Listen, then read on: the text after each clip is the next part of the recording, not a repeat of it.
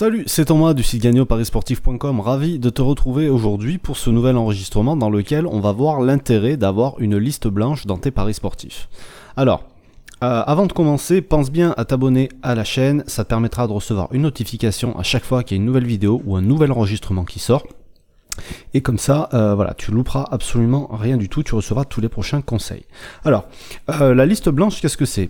Tu l'auras compris, peut-être, c'est le contraire d'une liste noire. Et il y a beaucoup de parieurs qui ont une liste noire ou une blacklist, peu importe comment tu l'appelles ou tu veux l'appeler, on s'en fout, dans laquelle va y avoir des joueurs, des équipes qu'on n'aime pas ou en qui on n'a pas confiance, et qui le plus souvent nous ont déjà fait perdre de l'argent par le passé, et du coup on s'interdit de parier sur ces joueurs-là, sur ces équipes-là, ou alors ça peut être sur certaines compétitions, sur certaines périodes de l'année. Par exemple, tu pourrais très bien te dire, je ne parie pas sur la première journée ou sur la dernière journée d'un championnat ou un truc comme ça, par exemple. Ou je parie pas sur une finale, ou enfin voilà, t'as compris le délire.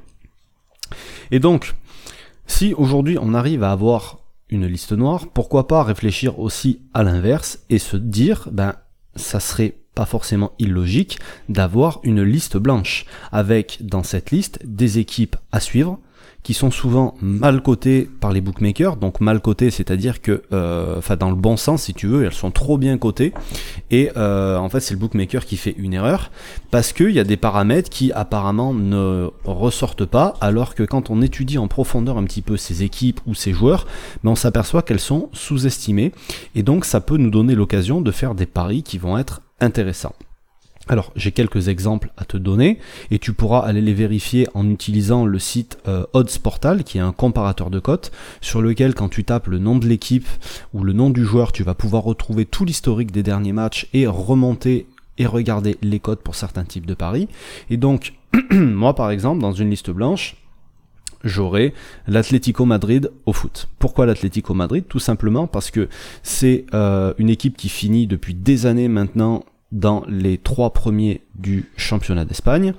C'est une équipe qui, à domicile, est une des meilleures d'Europe. Et les cotes à domicile sont complètement dingues. Pour te donner un exemple, sur la saison 2018-2019 qui vient de passer, il y a eu seulement 2 fois où la victoire à domicile était cotée en dessous de 1,30. Sinon, on est largement au-dessus dans les 1,50, 1,60, 1,70, ça monte à plus de 2 même pour certains matchs. Donc, sachant que c'est un effectif qui tourne très peu, c'est un entraîneur qui est là en place, qui a une méthode de jeu, un style de jeu depuis des années, il y a peu de raisons que ça change, à moins que l'effectif soit complètement bouleversé. Donc c'est le cas pour la saison 2019-2020 qui arrive, mais bon, donc c'était quelque chose qui était intéressant. Et aussi le pari à moins de 2,5 buts sur les matchs de l'Atlético Madrid, parce que c'est une équipe qui prend quasiment pas de buts et qui en marque très peu. Et ça, c'est même Antoine Griezmann, donc ancien joueur de l'Atlético, qui le disait, nous on se régale, c'est on marque un but et on ferme la boutique derrière. Donc c'est une philosophie de jeu qui est comme ça, et le pari à moins de 2,5 buts, tu peux aussi le vérifier sur Odds Portal sur les matchs de l'Atlético Madrid, les cotes sont assez hallucinantes. Donc il y a peut-être des trucs qui peuvent être intéressants à faire là-dessus. Autre exemple, il y a Tottenham en Angleterre. Tottenham, ça fait partie des 6 meilleures équipes anglaises, et les cotes pour les victoires de Tottenham sont toujours dingues, complètement dingues. On dirait que je sais pas, moi, tu prends dans le championnat de France, ça serait ils sont bien au-dessus d'une équipe comme Marseille, par exemple, et pourtant les cotes sont quasiment identiques tous les week-ends en championnat.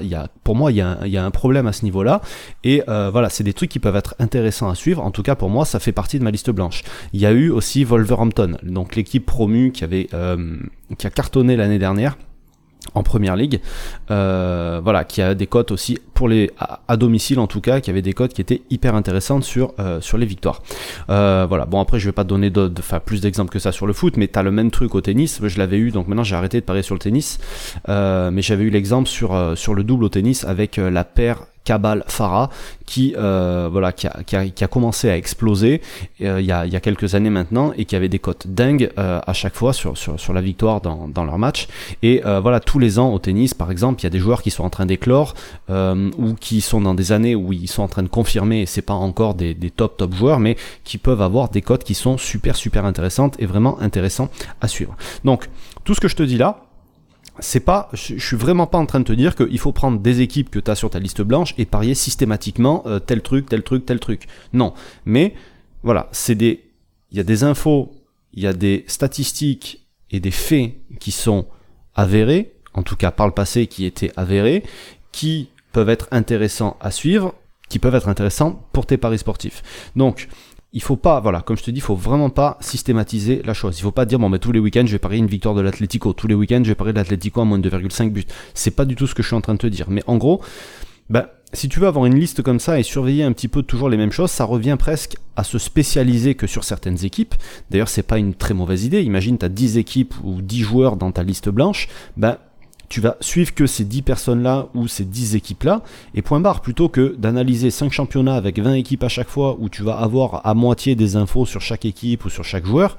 Là, si tu ne suis qu'un certain nombre d'équipes, forcément, tu vas gagner du temps en analyse, tu vas avoir beaucoup plus de connaissances sur ces équipes-là, tu vas avoir des meilleures infos selon les sources que tu vas suivre, donc tu vas pouvoir suivre beaucoup de sources d'informations sur ces équipes-là ou sur ces joueurs-là, donc ça va te demander tout ça moins de travail parce que tu auras moins de choses à regarder, et donc tu risques d'avoir les infos plus tôt que les gens qui se contentent de consulter l'équipe par exemple, et le but c'est d'avoir un coup d'avance sur les autres parieurs et sur les bookmakers, parce que peut-être que justement en suivant tout ça tu vas avoir des infos, tu vas repérer des choses au niveau des cotes, etc., qui te seront bénéfiques à toi par la suite. Voilà, donc réfléchis à ça, essaie de faire toi-même ta propre liste blanche dans tes paris sportifs, et puis tu m'en diras des nouvelles. Si tu le fais déjà d'ailleurs, tu peux laisser quelques infos en commentaire, ça peut aider d'autres parieurs éventuellement. Sur ce, je te laisse, n'hésite pas à partager la vidéo bien sûr. Nous on se retrouve tous les mardis, tous les jeudis pour une nouvelle vidéo de conseils en paris sportifs. Je te souhaite une bonne journée, salut.